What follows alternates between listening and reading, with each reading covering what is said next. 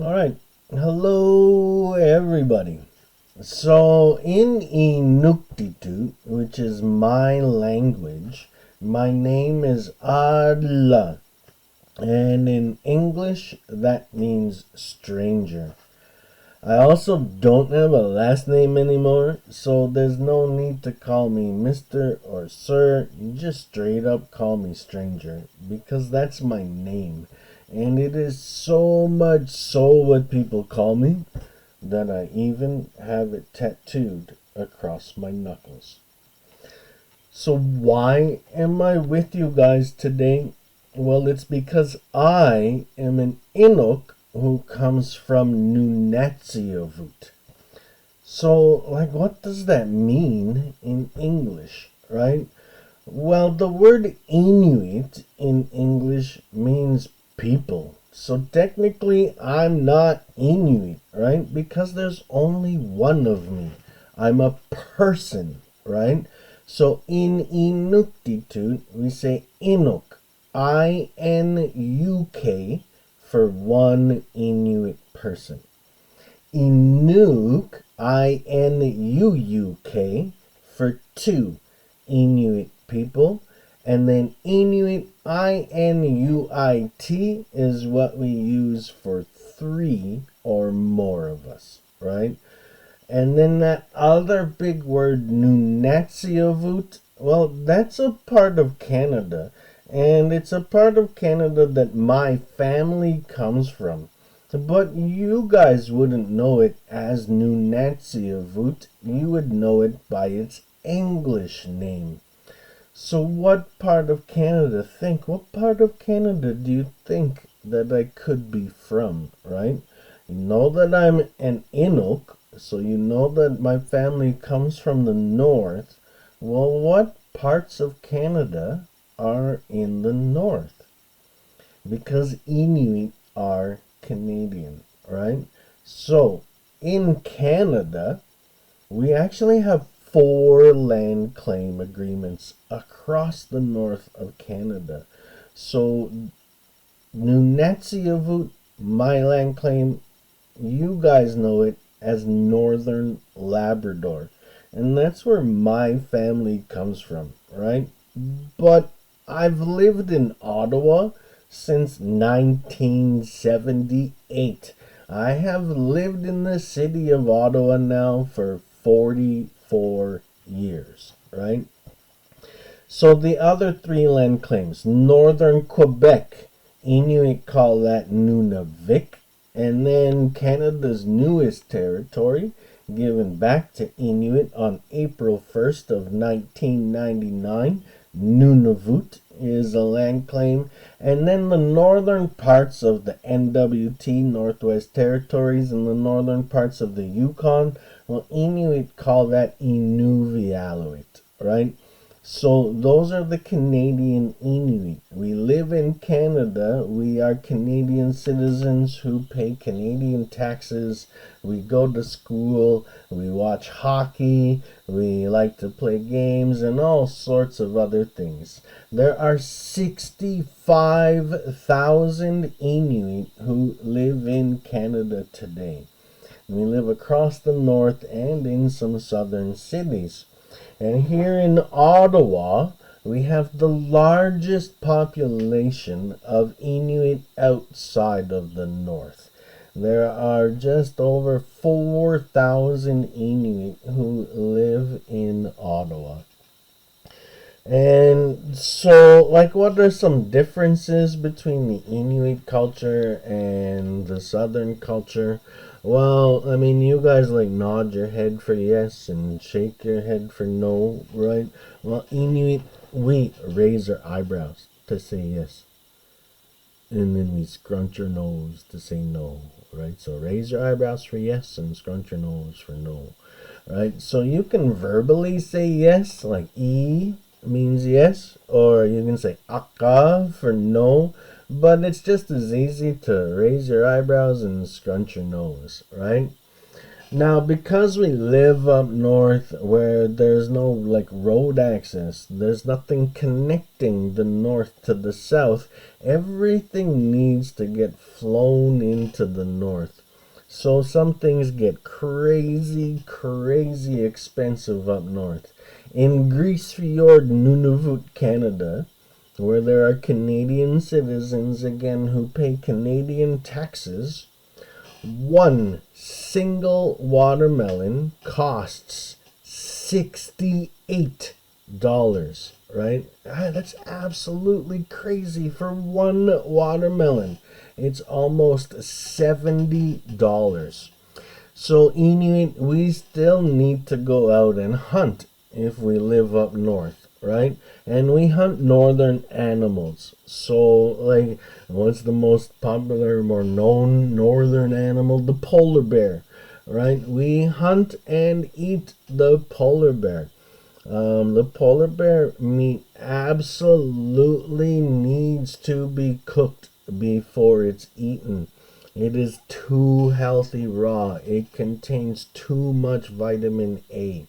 So polar bear absolutely gets cooked before we eat it, and even cooked, we never ever eat a polar bear's liver, right?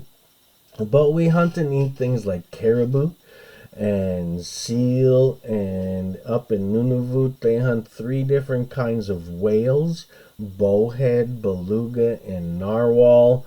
In the western Arctic they hunt muskox. In Labrador we hunt dolphin and porpoise. We all hunt duck and goose, and ptarmigan is a bird that lives up north all year round. And we like to go fishing for Arctic char and lake trout. And all of those other animals, we can eat them frozen. So you don't necessarily have to cook them before you eat them. But we don't really eat them raw either, because like raw meat is squishy and bloody and weird textures. So we like to freeze it.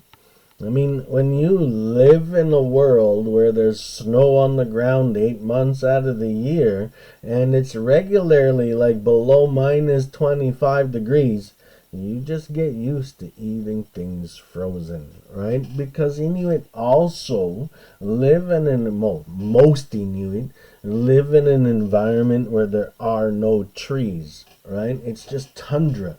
As far as the eye can see, you can see the horizon, which is pretty cool, right? And let's see what else. I mean, we're Canadian. We live in Canada today, so our children have to go to school. But from kindergarten all the way up to grade 3, instruction is still done in Inuktitut, and then English and French get introduced in grade 4, right? Another difference with schooling is if like an announcement comes on the PA system. Hey, just letting everybody know that there's a herd of caribou like several kilometers outside of town. Then students just get up and leave and walk out of class and walk out of school, and they go and hunt, right? And that's because like hunting up north is necessary for survival. And if you wait until after school to go hunting, or if you wait until the weekend to go hunting, well, then the animals may have moved on, making your life more difficult, right? And because hunting is so essential to survival up north, then we just let students go and hunt, because you can always come back and learn what 5 times 5 is, right? But you need to go and get those caribou today. So that's why we allow that, right? We have cars up north, we have roads up north, but like most of them are dirt and they don't go anywhere. I mean, they stay in town, right? There's no highways. There's nothing that connects places to places. So we do have cars. We have power. We have heating. We have internet. I mean, again, we are Canadian. We live in Canada. We just live up in northern Canada and do things a little bit differently, right? But essentially, we are Canadian. And so we have some traditional Inuit games. And while there are like many, many reasons to play Inuit games, there are like three main reasons. So, like, what's the number one reason to play any game in the world, right? It's to have fun. So reason number two, again, to get food, we needed to go and hunt. So Inuit have games that practice or mimic hunting skills. And then reason number three, well, a long time ago, Inuit lived in like small family groups, right? And so finding like a husband or a wife within your own group just wasn't always possible because you were like related to everybody that lived within your group, right? So Inuit, again, small family pockets living on their own, but at least once a year all of these Inuit from around the same area would meet up in a centralized location. And then it was a chance to like exchange information, to trade food, to trade goods. And it was also a chance to play games that proved how fast, strong, and tough you were, to try and attract a husband or a wife from a different group. So reason number one for Inuit games is to have fun. Reason number two is to practice hunting skills. And reason number three is just to show off, right? So my son is going to help me demonstrate some Inuit games for you. We're going to step outside for this. And I'm going to try and like explain to you how to play the games, and then using my words in the videos, hopefully you guys can try out some of these games on your own. And if after you try out some of these games you're interested in looking into more, I mean, you can always just go onto YouTube and search up Arctic Winter Games. I mean, up north there's not a lot of organized sports. When you live in a community of 500 people, it's hard to put 4 hockey teams together to have a league. So we don't do a lot of organized sports, team sports, but we train to stay fit. And we have the Arctic Winter Games, which is like the Olympics of traditional Inuit and Dene games. So you can check that out, right? So we're going to start off with a little game that I learned when I went to Labrador. And this is a game that they call foot to foot. And this game helps you with your stamina, right? Which means you can go and do something for a really long time. Like people who run marathons, they have good stamina, right? People who do the 100-meter dash, they may have good stamina, but they don't use it in their race, right? So foot to foot, you're going to start with one foot on top of the other foot, and then you're going to switch them. It's like one foot on top, and then switch them, and then switch them, and then switch them, and then switch them, right? But that's a little bit too easy, and it doesn't really get your heart going, and you can do that for a really long time. So it's not helping your stamina whatsoever. So instead, what you're going to do is you're going to add a hop. You're going to hop to the side as you step. Hop and then step, hop and then step, hop and then step. And you need to go quicker, right? And that really, really gets your heart going. Think about like jumping rope without a jump rope, right? Most Inuit games don't use any material whatsoever because we were nomads. We traveled from spot to spot to spot following the animals that we hunted. So it's not like we wanted to carry like a huge basketball net or a hockey net or something like that on our backs as we were walking through 3 feet of snow. So that's why, like most Inuit games, just use body weight or an opponent or no material or very little material whatsoever, right? So have some fun trying out some foot to foot.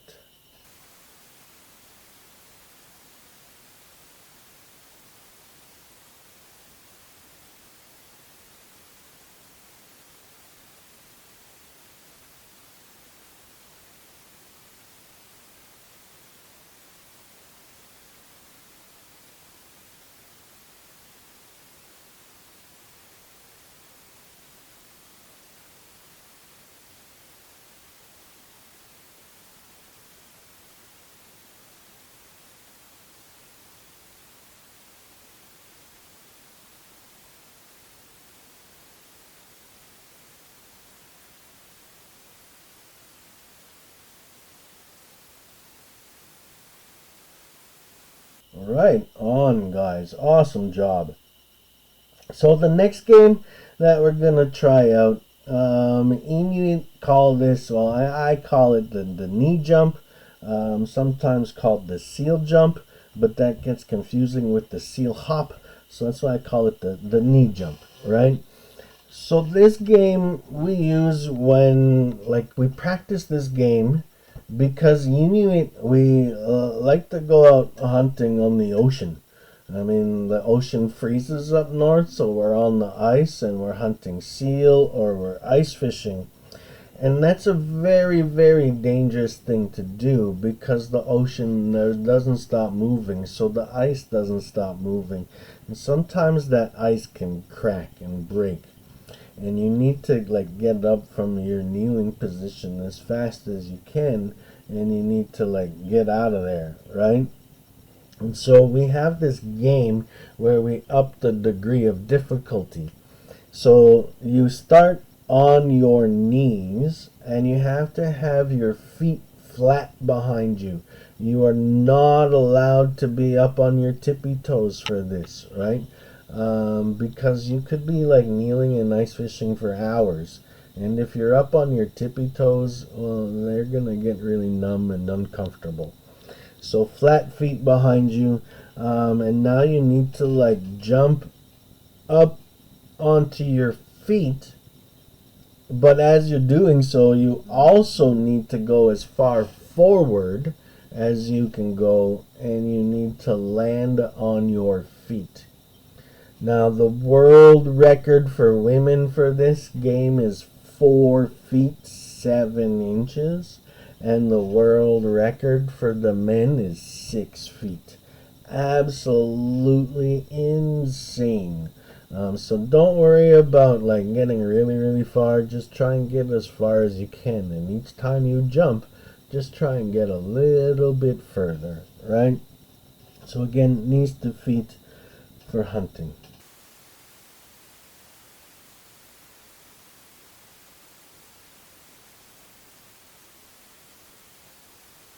Excellent. So we have another variation of this game that like really, really helps with your stamina, right? And it also shows a bit of pain tolerance. So, like, pain tolerance. Why do you need to show pain tolerance, right? Well, I mean, when you are a hunting society, when you're a nomadic society, when you live off the land, in order to be like a good partner, you need to be able to show other people that you can like withstand a little bit of pain and still continue on with your day. So this game hurts a little bit to play, so you don't have to play it if you don't want to. But it's also a great stamina game. And again, you're going to start on your knees. And again, you're going to have to jump up to your feet. But this time, you're not trying to go anywhere. You kind of like stay in the same spot. And you just go knees to feet, to knees to feet, to knees to feet, to knees to feet, to knees to feet. And like as a competition, everybody would start doing this all at the same time. And you would keep going until there was only one person left, right? So this is Damien doing knees to feet.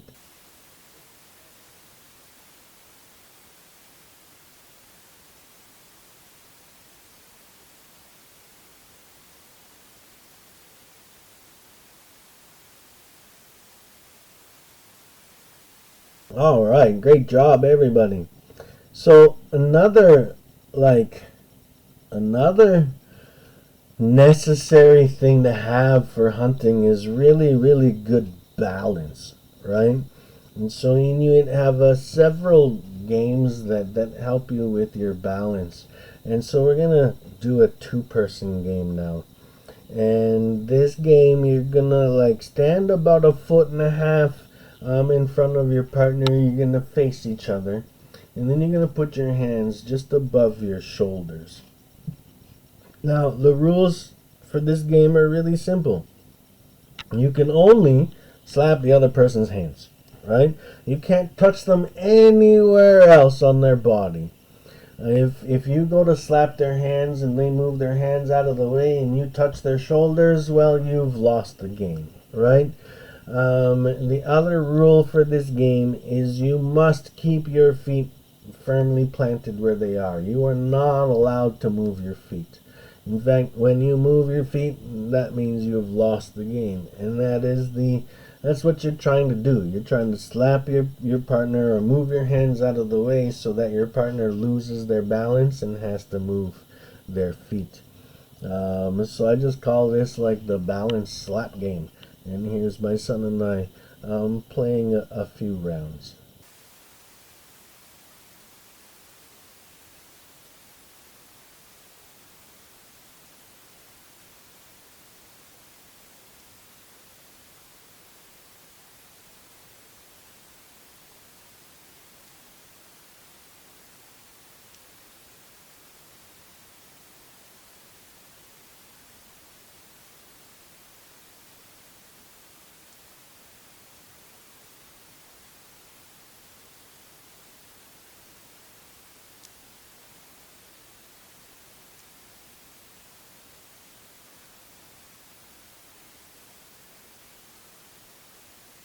So another game that we have to practice balance is called the, I don't know, balance shake game, handshake game. So what you're gonna do is you're gonna like stand side by each, and then one person's gonna turn around so that you're facing opposite directions. And then you're gonna take that foot that's closest to your partner and you're gonna put them together side by side. Then you're gonna like, you want your ready stance for this. You want to be standing straight and tall because then you have no balance. You want your feet about shoulder width, just past shoulder width apart, and you want to bend your knees slightly. For this, you want really, really good balance. So once you have that outside foot together, you're then gonna grab hands like you're shaking hands, like a proper handshake, right? And then just by using that one hand, you're not allowed to shoulder check, you're not allowed to hip check, you're not allowed to use the other hand. Just by using that one hand that you're shaking, you need to pull or move or whatever, and you have to make your partner move either one of their feet, right? And it's important when you're playing Inuit games that if you're playing a game that uses the right side or just the left side, it's important that you like switch and try the other side too, right? Not only for your own benefit, but hey, just like my son, the opponent that you're playing against could be left handed, right? So try both ways.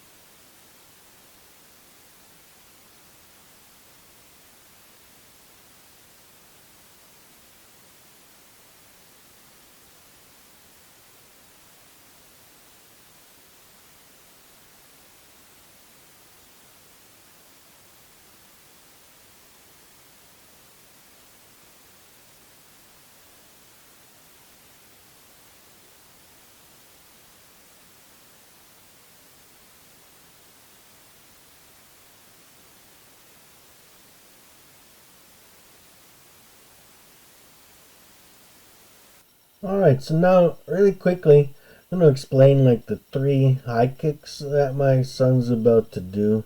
We're going to start off with the hardest one, the Alaskan high kick. So for the Alaskan high kick, you go down on the ground, you put your strong arm behind you on the ground.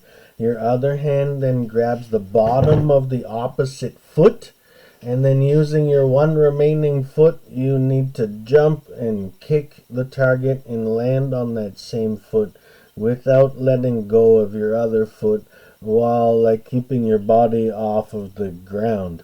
Again, it's a really hard one to do. Strong arm behind you. Other hand grabs bottom of opposite foot. With your one remaining foot, jump, kick, land. That's called the Alaskan high kick.